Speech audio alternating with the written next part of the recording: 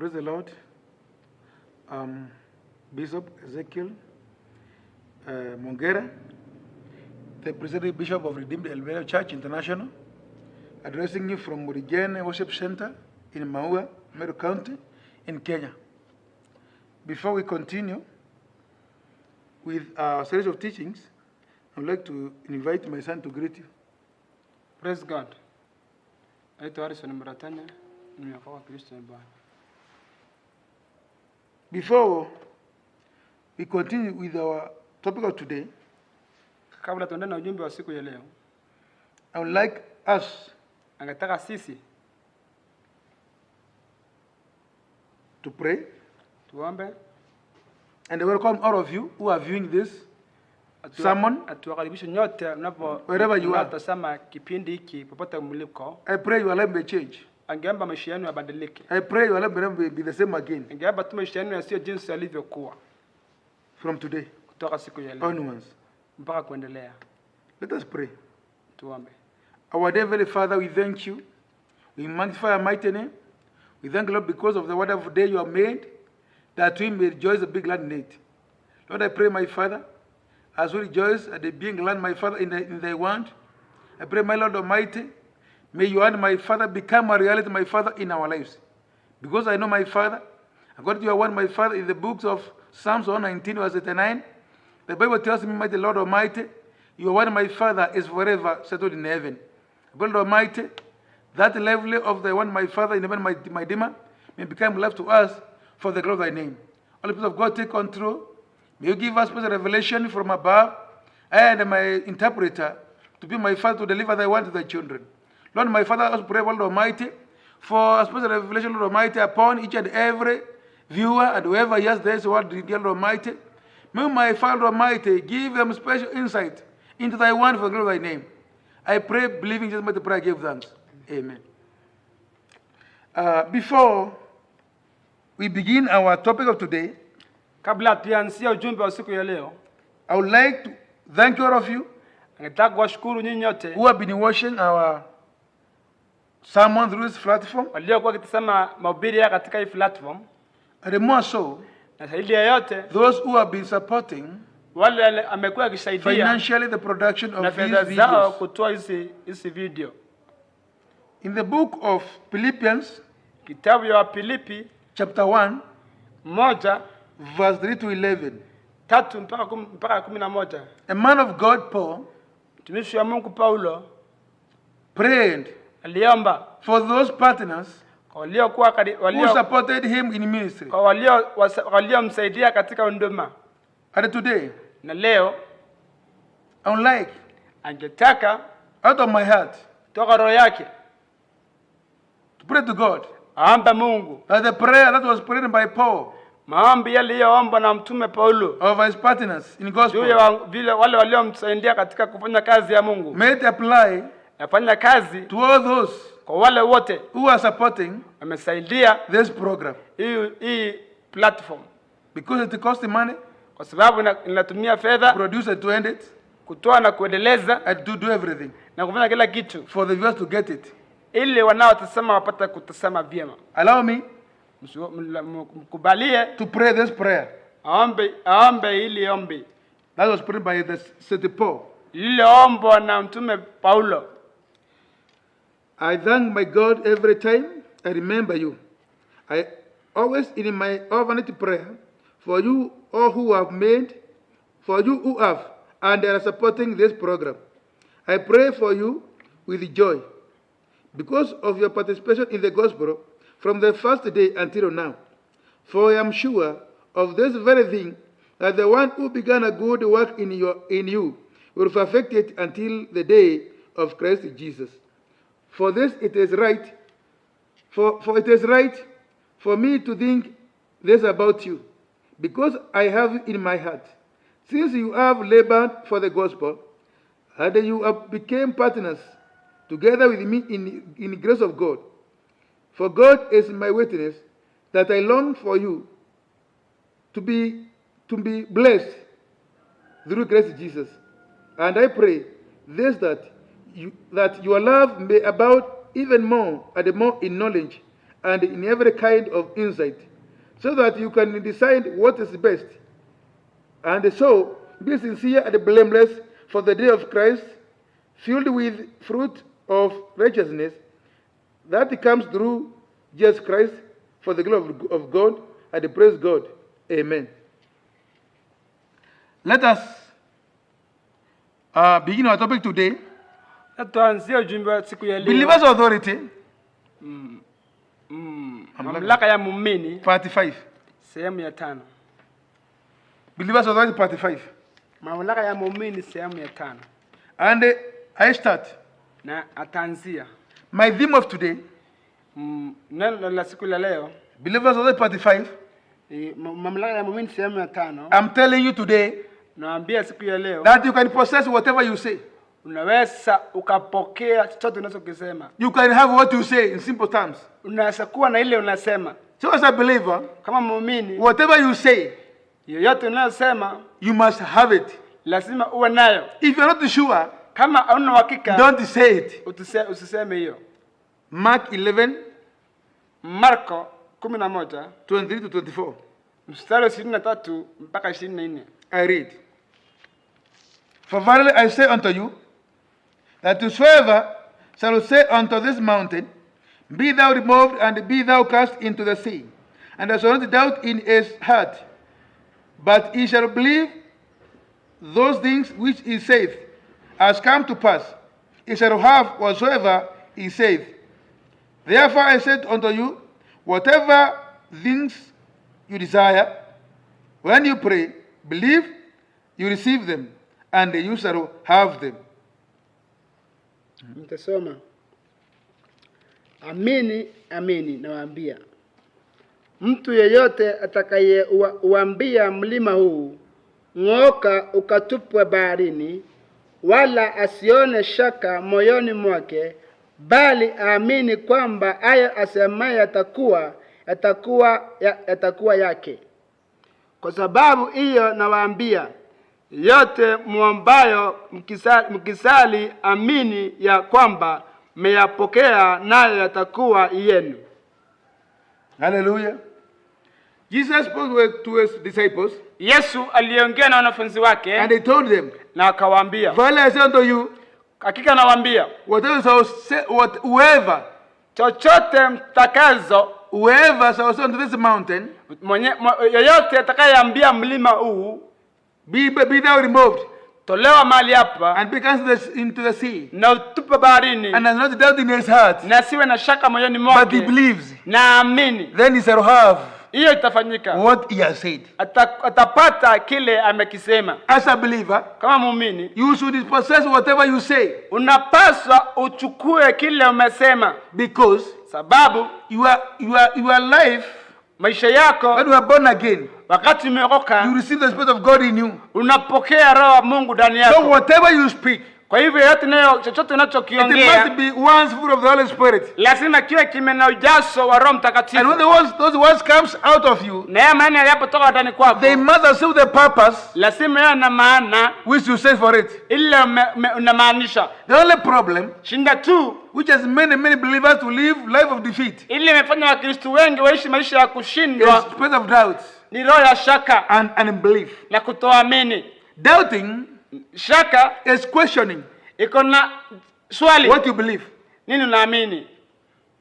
Doubting is questioning what you believe. Shaka iko na swali ya kile unachokiamini. Hallelujah. Amen. And in belief, kutokuamini, it's lack of trust in what you say. Ni kutokuwa na uhakika wa kile. These are tools of the devil. Ile jambo nilisema. These are tools of the devil. Hii ni njia ya Shetani which he uses anayotumia to make you, kukufanya, to sabotage, ili ushindwe, to prevent you, kukuzuia from receiving what you say. Kupokea ulichokisema. May God help you. Wacha Mungu akusaidie. To cast out the spirit of doubt in your heart. Upate kuondoa hiyo roho ya shaka ndani yako. And the spirit of unbelief. Na roho ya kutokuamini. Therefore, kwa hivyo, there's a difference between believing and hoping. Kuna tofauti mbili juu ya uhakika na kuamini. To hope yani ile kutegemeo that you expect something to happen. Unatarajia kitu itendeke. But to believe, lakini kuamini is speaking in faith, ni kuongea kwa imani that something has already happened. Hii kitu lazima itafanyika. So as a Christian, kama Mkristo, if I ask you, kama angekuuliza, will you be healed if I lay hands on you? Utapokea uponyaji nitakapoweka mikono juu yako? Or will you see blessings if I lay hands on you? Ama utapokea baraka nitakaponena? If you say, I hope, ukisema natarajia, definitely, hakika, I will know you won't receive it. Atajua tu wewe utapata.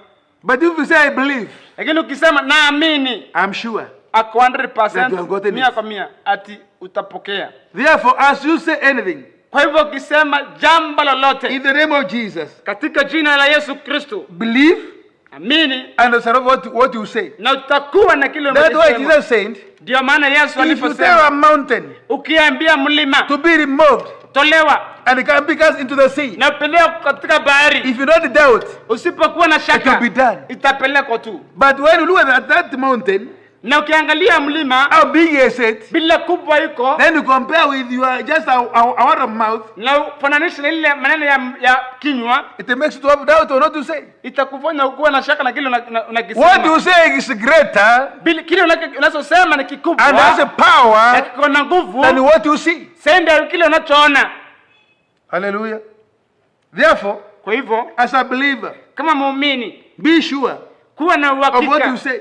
If you're not sure, na kama una uhakika, don't say it. Usiseme kabisa. Hallelujah. Amen. In the book of Psalms 119, Zaburi 119 verse 89. mstari wa 80. Psalms 119 verse 89. The Bible says, forever, O Lord, thy word is settled in heaven. Biblia inasema katika Zaburi 119 mstari wa 89. Neno la Mungu limesimama imara mbinguni. Amen. Therefore, kwa hivyo, the word you are speaking, wakati unapoongea, is already live in heaven. Hiyo neno unaloongea liko na uhai kule mbinguni. It is only your faith, inahitaji tu imani yako, for it to become life here on earth, ili ipate kuwa uhai hapa duniani. Hallelujah. Amen.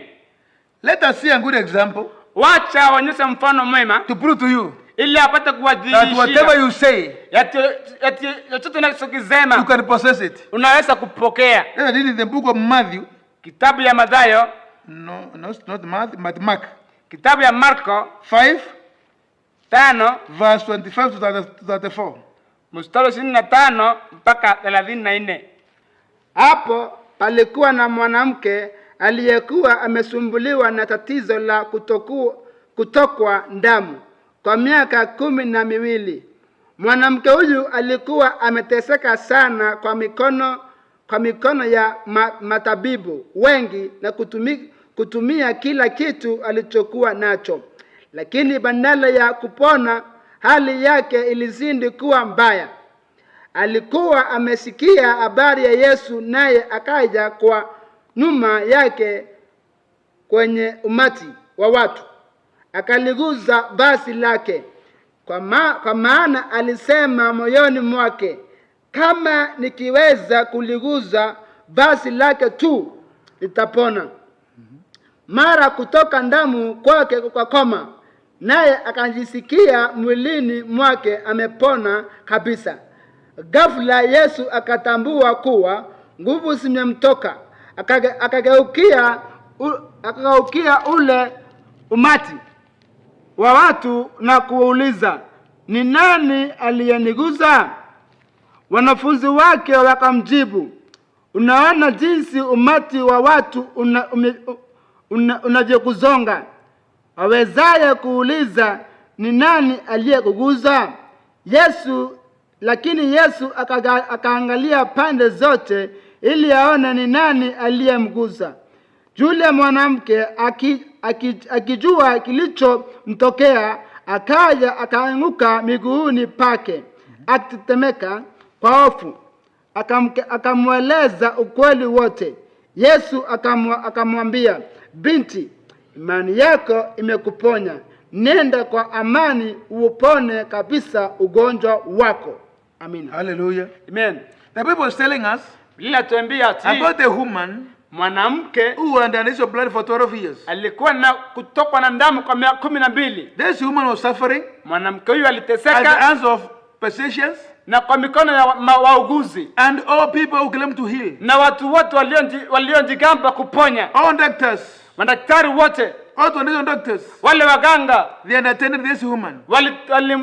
walimtibu, alitaribu kumtibu huyu mwanamke. He used all his property Alitumia mali yake seeking for yote the cure of his disease, akitafuta matibabu ya ugonjwa but he wake, was not able to get to get healed. lakini hakuweza kupata kuponya. But I thank God, Ninashukuru Mungu according to the traditions of the Jews, kupitia ile kulingana na mila, kulingana tamaduni ya wale Wajaundi, if a woman kama mwanamke had an issue of blood, alikuwa na shinda ya kutokwa na he damu, could not be allowed to mix with the people. angeruhusiwa kukutana na watu wengine. He could stay alone Alikuwa anakaa na peke yake until the issue of blood is over. mpaka ile shinda ya kutokwa damu inaisha. So this woman Huyu mwanamke was not able hakuweza to come together with the society for 12 good years kuna watu kukaa na watu wengine kwa miaka 12 because of the issue of the blood. sababu ya shinda ya kutokwa na damu. But it looked as if she was in a prison of her own, Ilikuwa huyu mwanamke alikuwa njele ya upweke because she was going to be able to mix with others sababu angeweza kuungana na wengine according to the taboos of the kutokana na Jews. ile sheria za Jews. But I thank God, Ninashukuru Mungu, one day siku moja when he had Jesus passing him by, aliposikia Yesu anapita, he said, akasema, yes, I'm not allowed sijaruhusiwa kwenda kwa watu, to mix with the people, sijaruhusiwa kwenda kwa umati, but lakini I believe one thing. naamini kitu moja. Today, Leo I'll break those taboos nitavunja hizo sheria and I'll go, na nitaenda, and I believe na ninaamini and I'm sure na niko na uhakika if I can touch kama nitaweza kuguza the garment of Jesus, nguo ya Yesu Kristo I'll be healed. nitaponya. Hallelujah. Amen. This woman said in her heart, Huyu mwanamke alisema kwa moyo, if I can touch kama naweza the guza, hem of the garment yaani sehemu ya nguo ya Yesu, of Jesus, I will be healed. nitaponywa. After making that decision, Alipoamua hivyo and he said that, na akasimama na hiyo he msimamo, went for what he had said in his heart. akaenda kwa hiyo jambo alilosema kwa moyo wake. So when you make a decision in your heart Wakati unapoamua jambo kwa moyo wako and say, na ukasema, then go for what I've said, enda kwa hiyo umesema, and you get it. na utapata. This woman, Mwanamke huyu all the taboos sheria zote could not prevent him from going to Jesus, asingemzuia kwenda kwa Yesu, could not prevent him asingemzuia from getting what she has said in her heart. pokea chenye alisosema kwa moyo wake. And as he said, Na alisema, I must receive what I've said. lazima nipate kile And nimekisema. she went, Alienda he heard the people, akaenda kwa watu, akajificha kwa watu, then he touched the garment of Jesus. akagusa tu ile nguo ya Yesu, Then the blood dried. na ile damu ikaacha kutoka. Jesus said, Yesu who akasema, has touched me? nani ameniguza? The disciples, Wanafunzi wake why not even the temple to understand? hawangeweza kuelewa, They told him, Jesus, wakamwambia Yesu, Master, mkubwa, you can peep all people. yaani unaona vile Are watu surrounding wamekusonga, you. wamekusonga, And you are asking, na unauliza, who has touched you? nani amekuguza? Hallelujah. Amen. Then Hapo Jesus said, somebody has touched me. Yesu akasema, mtu ameniguza. Then that woman, Na huyo mwanamke when she was just looking around, alipoona vile Yesu anatazama kila bahali, he felt uneasy. akasikia siko ana amani. He went and felt the feet of Akaenda Jesus. akapiga magoti mbele ya Yesu. And he told Jesus, Mwambia Yesu, a woman, mimi ni mwanamke, this is blood for 12 years. nilikuwa natokwa na damu miaka But I said 12. in my heart, Lakini nilisema kwa moyo if I can wangu, touch your garment, nigusa tu nguo I'll yako, be made whole. nitakuwa nimeponywa. And now I'm totally healed. Na sasa nimeponywa. Hallelujah. Amen. Verse 28. Mstari wa 28. For she said, Si alisema, if I may touch, kama nitaguza but it's close, nguo za Yesu, I shall be made whole. nitakuwa nimeponywa So kabisa. when he fell at the feet of Jesus, Wakati alipopiga magoti mbele ya Jesus Yesu understood. akaelewa And the faith of this woman. imani ya huyu mwanamke. Verse 34. Mstari wa 34, Jesus told her, Yesu akamwambia, daughter, mwanamwali, thy faith has made thee whole. imani yako imekuponya kabisa. Praise the Lord. Amen. Now, Sasa there's something funny here. kuna kitu nachanganya hapa. Even the disciples of Jesus, hata kama wanafunzi they wa were Yesu not able to understand hawangeweza the kind kuelewa of touch ile uguzo Jesus was talking about. Yesu alikuwa anaongelea. Don't expect everybody in your church. Usitarajie mtu yote kanisani kwako. Don't expect everybody you are with Usitarajie mtu yote uliye karibu to naye understand your decision about the spirits. kuelewa ile uamuzi umefanya kuhusu Roho Mtakatifu. Hallelujah. Amen. All the crowd, Wale umati they were surrounding Jesus. walikuwa msinga Yesu, But Jesus lakini Yesu could not be able to hear the touch. angeweza Akusikia uguso wao. akusikia uguzo wa wale Because they umati, touch him normally. maana tu walimgusa tu ukawaida. Because the church normally, Unaenda kanisani tu kwa sababu praying unaenda normally, unaomba tu kwa singing sababu normally, maombi, unaimba tu kwa sababu without it kuimba. from your heart, Kusipokutoka kwa moyo cannot wako touch Jesus. hawezi kugusa Yesu. Hallelujah. Amen. In the congregation, Katika umati wote only this woman huyu tu mwanamke was able to touch Jesus. ni yetu peke yake aliyemgusa I Yesu. assure you, wherever you Na are, kuhakikishia kwamba pote uliko you may touch Jesus unaweza kumgusa and receive a Yesu miracle, na unapokea and miujiza, even your leaders, na hata kama they don't viongozi receive one. wanaweza kukosa kupokea, Because even the disciples of Jesus, sababu wanafunzi wa Yesu they were not able to hawakuweza understand kuelewa the kind of touch ile uguzo Jesus was talking about. Yesu alikuwa anaongelea. So when I see this woman, Wakati naangalia mwanamke, when he said, wakati aliposema if I can only touch his clothes, bora tu nikigusa nguo ya Yesu, I can see naweza kuona the faith of this woman speaking. imani huyu mwanamke ikiongea. So you must speak in faith Lazima wewe usungumze kwa for what imani. you say to be a reality. Kila jambo linalosema likapata If you kuwa speak in hakika. faith, Kama ukiongea kwa imani, then go for it. enda kwa It will be a hilo, reality. itakuwa haki. But if you speak it normally, Na ukiongea kwa kawaida, because others are speaking, maana wengine or wanaongea because you have mouth to speak, ama kuna mdomo wa you'll be kuongea, like those people utakaa kama tu watu who are wale doubting Jesus, wale walikuwa and they were not wanamshika Yesu able na angeweza touch him in any way. kumgusa kwa njia yoyote I ile. pray for you wherever you Na are. uombea kokote May you mliko, touch Jesus wherever you mgusa are, Yesu through kokote your faith, mliko kupitia and imani may you yenu, receive your miracle. na ukapata May you kupokea receive your healing muujiza, wherever you na are. ukapokea uponyaji popote You uliko, can touch the hem of Jesus ukaguse nguo ya Yesu wherever you are. popote uliko. Even your business, Kwa biashara you get yako your healing. unaweza Unaweza uponyaji. pata uponyaji, Provided you speak bora tu unaongea the words full of faith maneno yaliyojawa na imani from your heart, kutoka moyo wako, not just from the mouth. sio tu kutoka mdomo. Hallelujah. Amen. You can say Unasema and have what to say. na unapokea kile You can umekisema. possess Unaweza pokea whatever you say. kile umesema. This woman, Huyu mwanamke faith was speaking. imani yake iliongea. The faith of this woman was speaking.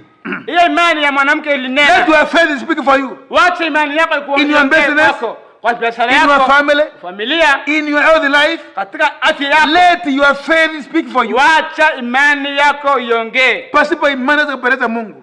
Without faith you cannot. So you have been saying a lot, Umesema mengi, you have been praying a lot, umeomba mengi, but you never receive na huwezi kupokea. unless you say it in faith Bora tu and ulisema go kwa for imani. it. This Na woman uende had no doubt. mwanamke huyu hakuwa na In her heart, shaka, she was very sure. alikuwa na If I uhakika, touch his clothes, nikigusa nguo tu I'll be whole. nitaponywa. The only problem with us as believers, Shinda yetu sisi kama we say, waumini, I will do without. tunasema tuko na shaka, We say we are unbelief. tunasema hatuna imani. Hallelujah. Amen. This is your time Hii ni wakati to speak once. unapaswa kuongea mara Full moja. of spirit. Ikiwa umejawa na Roho Mtakatifu, May the spirit of doubt die in you. wacha roho ya shaka ikapata kufa ndani yako. In Jesus' mighty name. Jesus mighty name. May your faith speak for you. Wacha imani yako iongee. Never doubt the power of God. Usikuwa na shaka na nguvu ya Mungu. Many people, Watu wengi, many believers, waumini wengi have received prophecies wamepokea unabii mwingi in their lives, kwa maisha yao, but it has never been a reality lakini yapata kudhihirika wazi because of doubts. sababu ya kutokuwa na kuwa na shaka na kutokuwa na kuamini. Let him say this. Wacha eleze hili. Let's compare electricity.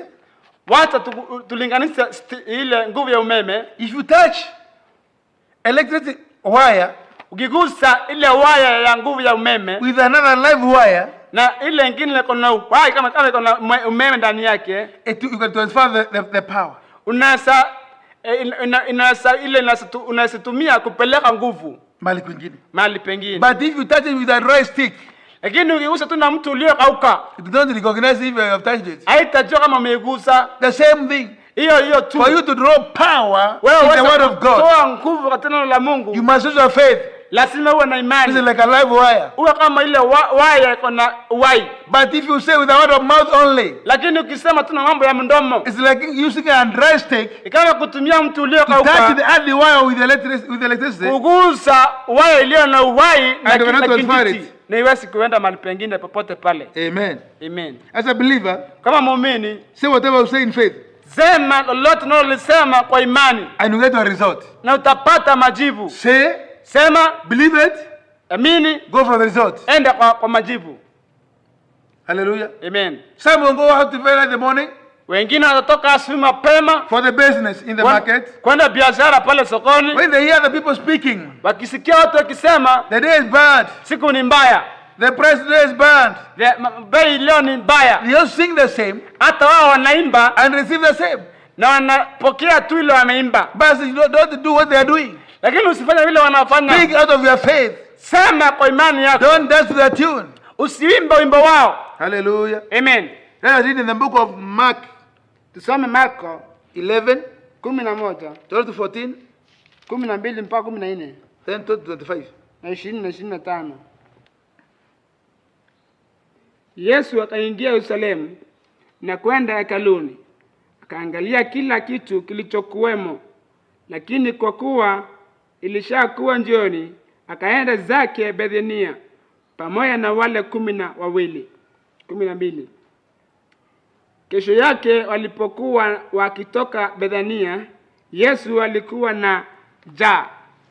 Alipouona mtini kwa mbali, akaenda ili aone kama ulikuwa na matunda. Alipoufikia, kakuta una majani tu, kwa kuwa hayakuwa majira ya mtini. Yesu akauambia ule mti, tangu leo mtu yeyote na asile kamwe matunda kutoka kwako.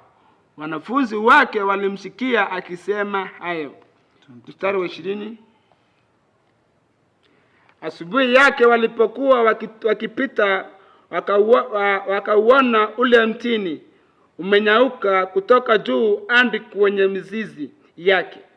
Petro akakumbuka na kumwambia Yesu, Mwalimu, tazama, ule mtini ulioulaani umenyauka. Yesu akawaambia, muaminini Mungu. Amini amini nawaambia, mtu yeyote atakayewaambia mlima huu, ng'oka ukatupwa baharini, wala asione shaka moyoni mwake, bali aamini kwamba hayo amesema yametukia, yatakuwa yake. Kwa sababu hii nawaambia, yeyote niyaombayo mkisali, amini ya kwamba mmeyapokea, nayo yatakuwa yenu. Nani kila msimamapo kusali, sameheni mkiwa na neno na mtu, ila na Baba yenu aliye mbinguni atawasamehe na nyinyi makosa yenu. Amen.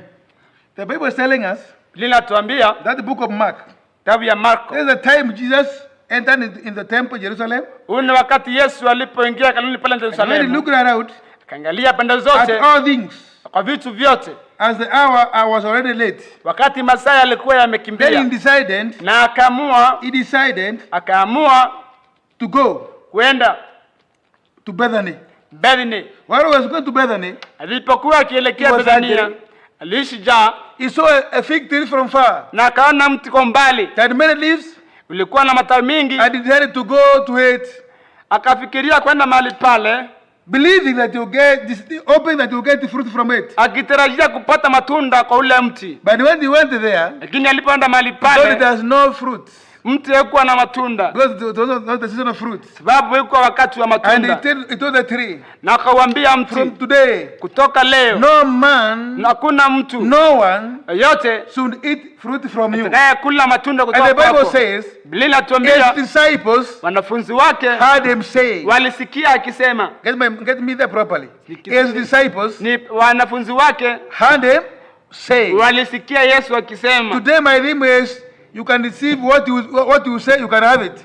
leo neno letu ni unaweza pokea kile umekisema. And Jesus here, Na Yesu he hapa said to a tree, alienenea mti, from today, kutoka siku ya no leo one should eat fruit from you. hakuna mtu atakula matunda kutoka And kwako. his disciples Na wanafunzi wake heard him saying. walisikia akisema. Then from verse 20, Mstari wa the 20 Bible is telling us, Biblia inatuambia in the morning, asubuhi and they passed by that fig tree, walipokuwa wakipita kwa hiyo njia hiyo it mti, had dried up from the fruit. walikuta imekauka kutoka juu mpaka chini. It had dried overnight.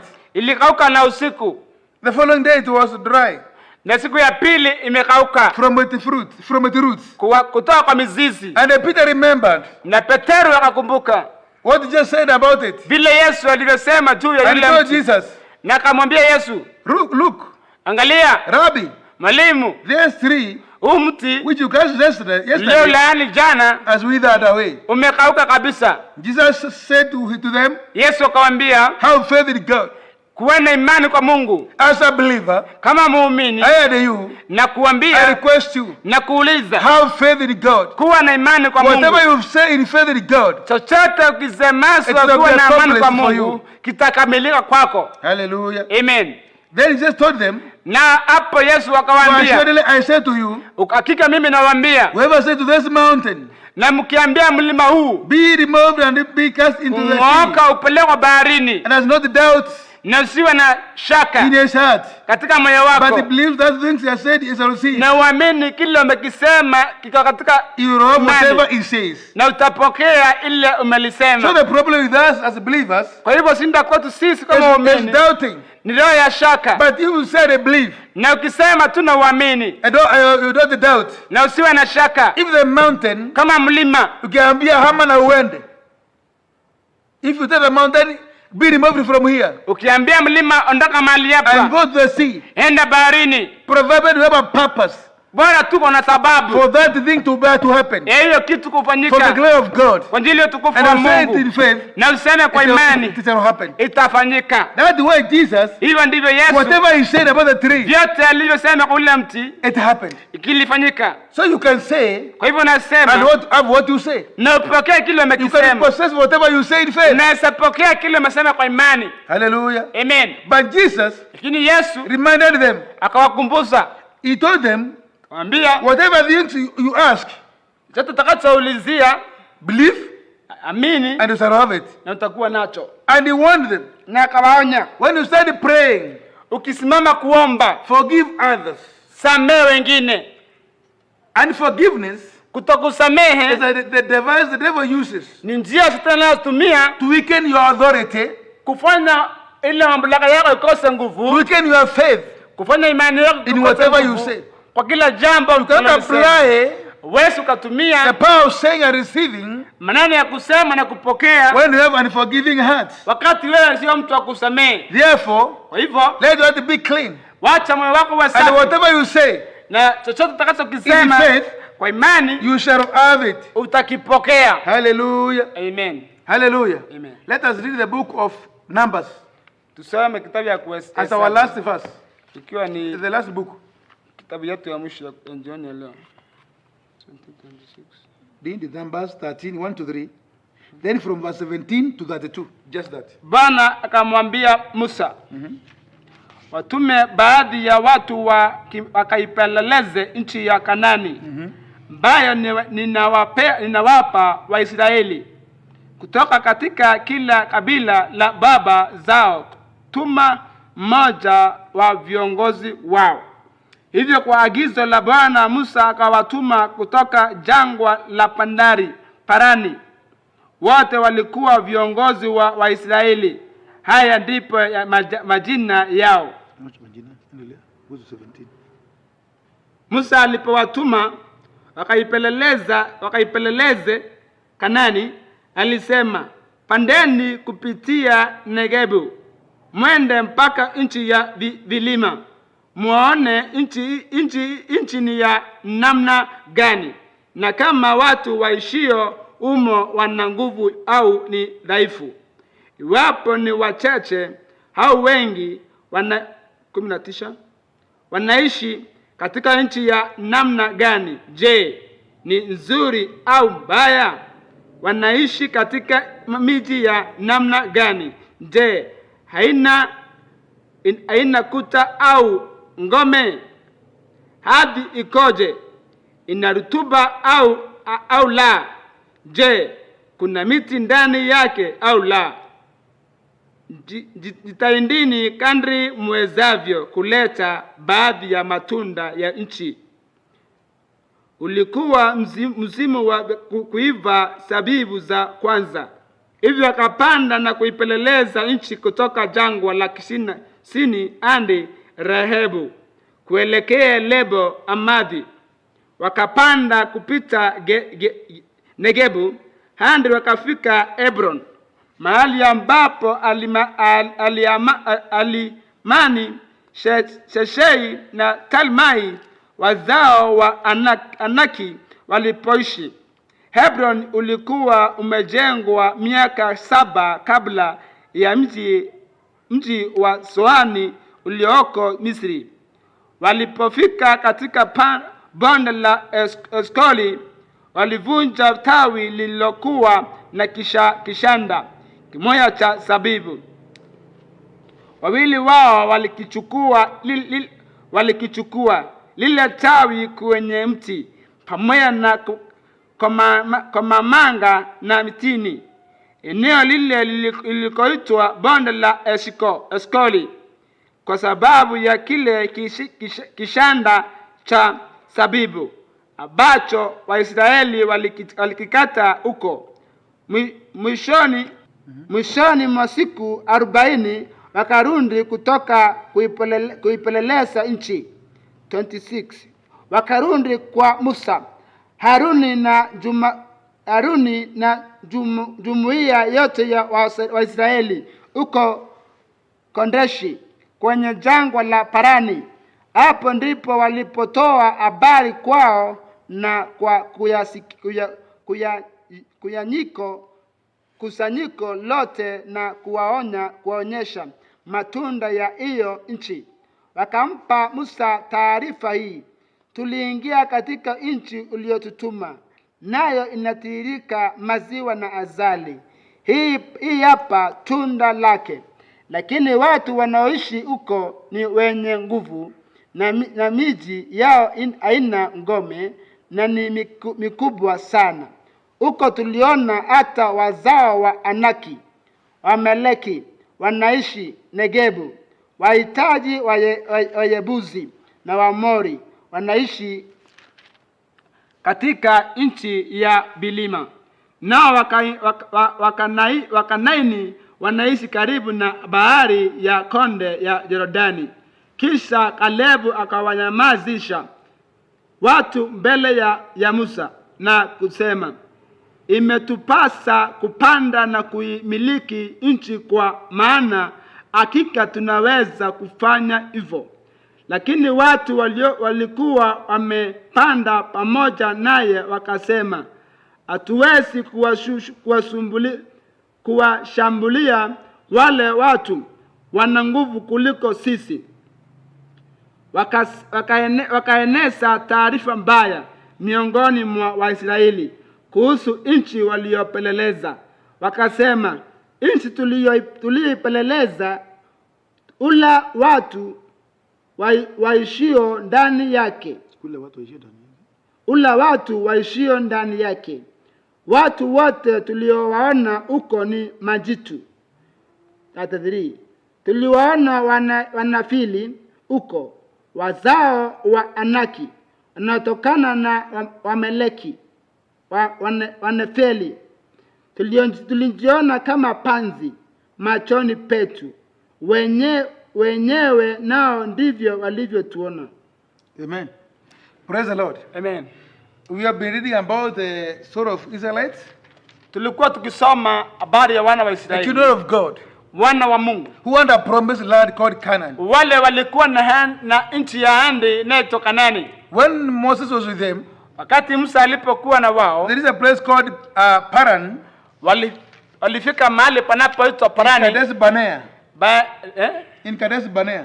kwa pale Kadesh Barnea. Then Moses Na Musa chose 12 men akachagua 12 from which and every tribe of Israelites, kutoka kila ukoo wa the Israeli, 12 of them. 12, And they sent them as spies to the land of na Canaan. akawatuma kupeleleza nchi ya He Kanaani. told them, Akawaambia, we are going to the promised land. tunaenda kwa nchi ya ahadi. But before we go there, Kabla tuende mahali I would like pale, you to go and spy the land. ningetaka mwende mpeleleze And ile come and nchi, tell us na mkuye what kind mtuambie of land they set. ni aina gani, What hiyo kind of nchi fruit ilivyo. are there? Ni matunda ya aina gani What yako kind of pale, trees are ni there? miti aina gani iko pale, What kind of people live ni there? watu aina gani wako How big pale, are they? ni kubwa haja How waliko, small are they? ni wadogo What watu kind of wote farming walio. goes on Ni there?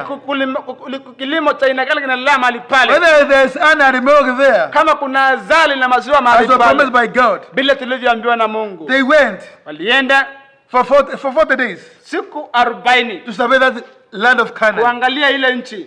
And thank God, Nashukuru Mungu, because after going for survey, walipoenda to kuangalia spy the land, kupeleleza ile nchi, the 12 of them came back 12 to wakarudi give report to Moses kupia Musa ripoti ama and the people ujumbe of Israel. kama watu wa When they Israeli. came back, Waliporudi, if you read from verse 28, ukisoma mstari wa 28, they are telling us wanatuambia what was in the land, bila land who ilivyo, were there, wale walioko the descendants of Anak, eh, Amalekite were there, wamiliki Hittite were there, Jebusites were there, watu wote walikuwa mahali and pale, Amorite were there. na Hamorati pia In those walikuwa, mountains of Canaan. ile milima ya And the Kanaani, Canaanites were there, hata Kanaanati walikuwa mahali who were running pale, along the sea wale walikuwa naishi karibu na maji and along the river Jordan. na karibu na mto Jordani. But I want you to know this. Nataka ujue hili, When they were asked about the report, walipoambiwa juu ya ile habari, give us the report walitoa habari of their findings. vile walivyoona. The Bible says, Biblia inasema then Caleb Kalebu quietly quieted the people akawanyamasisha wale wengine before Moses, mbele ya Musa, and he said, let akasema us go up at once wote and tuende take the pale possession, juu mara moja na tuchukue for we are nafasi, able kwa sababu to tunaweza overcome it. kuwashinda wale mahali pale. That's what Caleb and Joshua said. Hiyo ni ripoti ama ni ujumbe wa Kalebu na The Yoshua. other 10 they said, Wale wengine 10 but the wakasema, men who had gone up with him said, lakini watu waliokuwa pamoja na Joshua na we are Kalebu not wakasema, able hatuwezi to go up against them, kwenda kwa watu wale, for they are stronger than us. wale watu wana nguvu kutuliko. If you read that ones, Ukisoma hapo chini they were saying, wanasema those people who were there, they were giants. watu mahali pale ni wajitu, And these spies, na hao they waliopeleleza are telling the children of Israel, wanaambia wana wa Israeli na Musa, they saw themselves as grasshoppers. walituona kama panzi, And we saw ourselves as grasshoppers. na sisi pia tukajiona kama panzi. So we cannot go there and fight them. Sasa hatuwezi kwenda mahali pale kuwapiga. Hallelujah. Amen. You see what you say.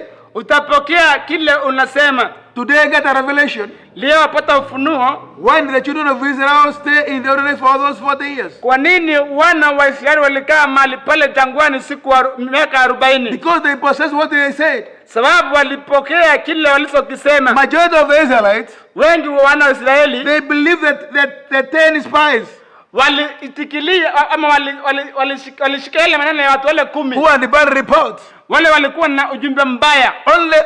Only few Wachache tu who were able to hear the report of Joshua and Caleb. wale walipata kusikia maneno ya Joshua na Caleb. So these 10 spies Kwa 10 wale and the walipeleleza majority of Israelites, walikuwa na watu wengi they believed. They were walitikia, like grasshoppers, sisi ni kama panzi and they're going to be able to possess that land of Canaan. na tuwezi kupokea hiyo nchi ya Kanaani. So they wandered in the wilderness Sasa walikaa pale jangwani for 40 years. miaka For 40. those who believed, Wale tu that waliamini. generation, Hiyo ukoo mwingine, kizazi zote, kizazi chote, all that generation, hiyo kizazi chote together with the 10 spies, na wale 10 they wandered in the wilderness wakakaa pale jangwani together with the others. na wale wengine Those spies died, wao wakafa, all of them. wote And even wakafa, the children of Israel, na hata wana wa Israeli those who believed the report, wale walitikia ripoti they yao, all died. wote walikufa mahali That pale. generation came to an end. Hiyo kizazi ikaishia hapo. But only Joshua and Caleb, Lakini Yoshua na who Kalebu came with a good report, wale walikuwa na nyumba and who mzuri, said, na wale let us walisema go up and possess it. tupandeni tuende tupokee ile, For God is with us. maana Mungu pamoja nasi. They are the one who saw the land of Canaan. Ni wao tu walioona ile nchi ya Kanaani. So whatever you say Kwa hivyo chochote can tunachosema prevent you from seeing what you are prophesied for. inaweza kuzuia kufikiria ile ilikuwa, ama kufikiria kile ilikuwa imetolewa unabii. Hallelujah. Amen. These men, Hao watu 10 of them, 10 and the majority of Israelites, na wale wengi kwa they had to Israeli die in the wilderness walikufia pale because jangwani, they were going to be able sababu wangeweza to see kuona the land of Canaan nchi ya Kanaani as in their heart. kwa mioyo yao They spoke. vile We cannot walivyonena, be able to possess it. hawangeweza So kupokea. they were to one in the wilderness Walikuwa kufia pale jangwani to be able to achieve what they said. ili wasiweze kupokea kile walisema, To achieve what they ili said. wapokee chenye walisema, Because they said a negative thing, sababu walisema kitu they had akifanya to receive it. walikuwa wakipokee. The bad report, Hiyo mbaya, hiyo ripoti which they mbaya, sent, hiyo they walisema possessed it with other children of Israel. walipokea, na wale wengine But the waliwaamini. time the children of I think Joshua and Caleb, But nashukuru huyu Yoshua na Kalebu, because all those who are born sababu wale watu waliozaliwa after the generation is over, wakati hiyo kizazi they kilisha, were led by Joshua and Caleb waliongozwa na Yoshua na in the land Kalebu of Canaan, katika ile nchi ya Kanaani, and they possessed the land na walichukua ile nchi as Joshua and Caleb had ile said, Yoshua na Kalebu and walisema, God empowered na them. Mungu akawatia nguvu. Hallelujah. Amen. If you read in the same book of Numbers, Ukisoma kitabu ya Kuhesabu chapter 14, 14, Numbers 14, verse 7 to 14. Wakasema na kusanyiko lote Kiisraeli, wakawaambia, nchi tuliyopita katikati yake na kuipeleleza ni nzuri sana. Ikiwa Bwana anapendezwa nasi, atatuongoza kuingia katika nchi ile, nchi itirikayo maziwa na asali, naye atatupa nchi hiyo. Ila tu msimwasi Bwana, wala msiwaogope watu wa nchi hiyo, kwa sababu tutawameza. Ulinzi wao umeondoka, lakini Bwana yupo pamoja nasi, msiwaogope. Lakini kusanyiko lote likizungumza juu ya kuwapiga kwa mawe, ndipo utukufu wa Bwana ukaonekana katika hema la kukutania kwa Waisraeli wote. Bwana akamwambia Musa, watu hawa watanidharau mpaka lini? Wataendelea kukataa kuniamini mimi mpaka lini? Ingawa nimetenda ishara za miujiza miongoni mwao, nitawapiga kwa tauni na kuwaangamiza, lakini nitakufanya wewe kuwa taifa kubwa lenye nguvu kuliko wao. Musa akamwambia Bwana, ndipo Wamisri watasikia juu ya jambo hili. Kwa uwezo wako uliwapandisha watu hawa kutoka miongoni mwao, nao And the book of Joshua. Joshua 14, 7 to 14.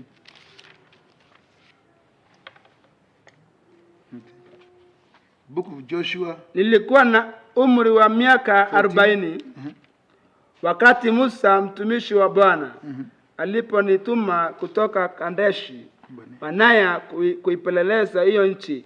Nami nikamletea taarifa kama kulingana na nilivyoshandiki moyoni. Lakini wenzangu tulipanda nao walifanya mioyo yetu iyeyuke kwa hofu.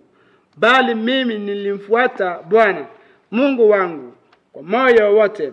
Hivyo siku ile Musa akaniapia, nchi ambayo umeikanyanga kwa miguu yako itakuwa urithi wako. Amen. Na wa watoto wako milele, kwa sababu umemfuata Bwana Mungu wangu kwa moyo wote.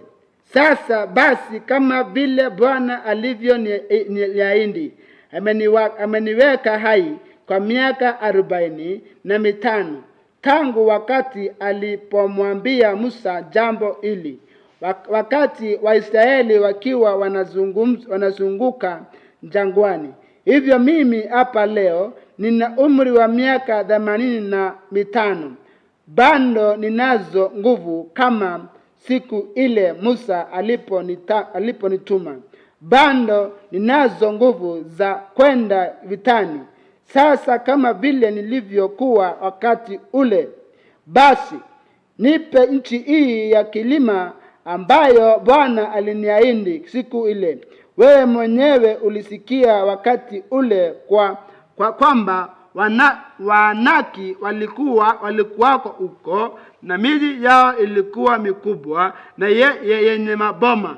Lakini kwa msaada wa Bwana nitawafukuza wote watoke huko kama vile alivyonena.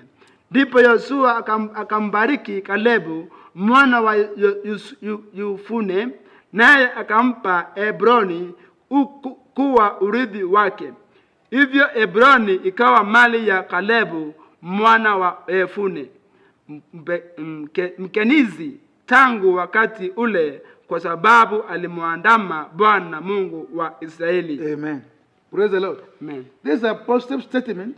Hii ni testimony. Hii ni ujumbe mwema About kuhusu what you're going to possess when you say. kile unasapokea unaponena. The man of God Caleb Mtu wa Mungu Kalebu brought a good report alileta ripoti jema after being sent by Moses and Joshua. Alipotumwa na Musa wakiwa na Joshua. When he came back, Waliporudi, he told the people, akaambia let watu, me go up and possess it, wacha tupande juu tupokee ule, because God is with us maana Mungu pamoja nasi and we are able. na I tunaweza. thank God because of Caleb, Nashukuru Mungu kwa sababu ya because he brought a Kalebu, positive report. sababu alileta habari jema. Other 10 spies, they brought a negative report. Wale wengine kumi walipoleta habari A report baya, of disbelief, hiyo iliyokuwa habari ya kutoshinda, report of doubt, hiyo ripoti ya shaka which made them to die in the wilderness. iliyowafanya wafe pale jangwani, And those others who believed them died in the wilderness. na wale wote walimwamini wakafa But wote. because of whatever Caleb said in Lakini faith, sababu ya lile Kalebu alilolisema was able liliwezekana, to remain alive akapata kuishi with Joshua wakiwa na Joshua, to see the promised land. wapate kuona nchi ya ahadi, Because they said we are going to possess it. sababu walikuwa tunaenda kuipokea. So he could not die Sasa angekufa without possessing that land. kama anamiliki ile nchi, And that's why Caleb is telling us na ndio maana Kalebu anatuambia about his testimony. ile usunda. And he is saying, Anasema there's now 40 years sasa ni miaka 40 since Moses tangu Musa set us to spy this land. alituma kuangalia kupeleleza nchi. The strong I was Bila nilivyokuwa when I was 40. nilivyokuwa na miaka Today I'm 40, 85. leo niko na I'm strong the same. niko na nguvu And ile I'm able to possess the na land. ninaweza I'm kupokea going to nchi, fight this enemy naweza kupiga and possess the waadui land. na kuipokea Because nchi, God is with us. maana Mungu pamoja nami. So whatever you say, Yote I believe. tunakalolisema na it kuamini, doesn't matter how many years it will take. haijalishi utapokea Your mara strength ngapi, will never go down. nguvu yako Your haitainama, strength will remain the same. nguvu yako itakaa tu vile vile, Depending on what you say. ukizingatia yale uliyosema. And he was able Na aliweza to possess kumiliki the land. ile nchi. Verse 12 it says, 12 nasema, now therefore, na hapo give me sasa this mountain of the Lord, which the Lord spoke in that day. For you heard in that day how Anakim were there, and they cities were great and fortified. It may be that the Lord will be with me, and I shall be able to drive them out as the Lord said. Praise God. Amen. Caleb was very sure, Kalebu alikuwa anajua because the Lord said he would drive them out. kwa kuwa Mungu alisema atawatoa nje, He had no doubt in it, hakuwa na shaka and kwake, he yearned to possess the land. na alikuwa kupokea ile nchi. Therefore, Kwa hivyo speak, say positively, and receive it. Oh, thank you for the far you have gone. asante kwa mbali tumefika, You came to an end of our lesson today. tumefika mwisho ya And I mahubiri thank ya God siku ya because leo. of Caleb and Joshua. Nashukuru Mungu kwa sababu ya Kalebu na Because they were men kwa sababu ni who wanaume said positive things waliosema mambo mazuri and they possessed them. na wakayapokea. They knew the power Walijua nguvu of saying ya kusema and possessing. na kupokea. So they said, Kwa hivyo walisema, let's go up tuende and possess the land of Canaan tuchukue nchi, against other spies who were giving bad reports. kinyume na wale wengine 10 And I thank walipopeana God. ripoti mbaya. Because the mountain, Nashukuru Mungu kwa sababu ya mlima which was being occupied by Anakim, iliyokuwa imemilikiwa na Anakim, was given to man of God Caleb, ilipewa mtu wa Mungu and he Kalebu, told Joshua, na akaambia Yoshua, I'm strong enough niko na nguvu to drive kabisa them out kuwatoa, because God is with me. sababu Mungu pamoja nami. Whatever you say, you will possess it utakipokea because God is with you, kwa sababu Mungu pamoja for nami, His holy glory utukufu wake. and for testimony. With those few remarks, Na hiyo tu machache, those many remarks, na haya mengi I kabisa, pray may God naomba Mungu help to understand asaidie on kuelewa how kwa vile you can say and get what you say. unaweza kusema na kupokea. You can possess whatever you say, Unaweza kupokea kile provided you say it in faith bila tu umesema kwa imani and trusting in Jesus. ukimwamini Mungu. Amen. Amen. Let's pray. Tuombe. Our Heavenly Father, we thank you for the wonderful time. Thank you, Lord Almighty, for the revelation you've given to us. I thank you, Lord Almighty, because my Father, it is going, my Father, to build us. And my Father Almighty has built our inner man for the glory of thy name. So my Father, I pray for my vessel, Lord Almighty, as my Father, I'm going to read more and more, my Father, in that word, dear Lord Almighty. May my Father give them more insight and very Lord, my Father, my Father, to be able to live a victorious life. Lord, we thank you. Mighty Father, Father, Father, my Father, you used my interpreter. May you bless him, mighty God. May you bless the family, Lord Almighty, and whatever he does, mighty Father.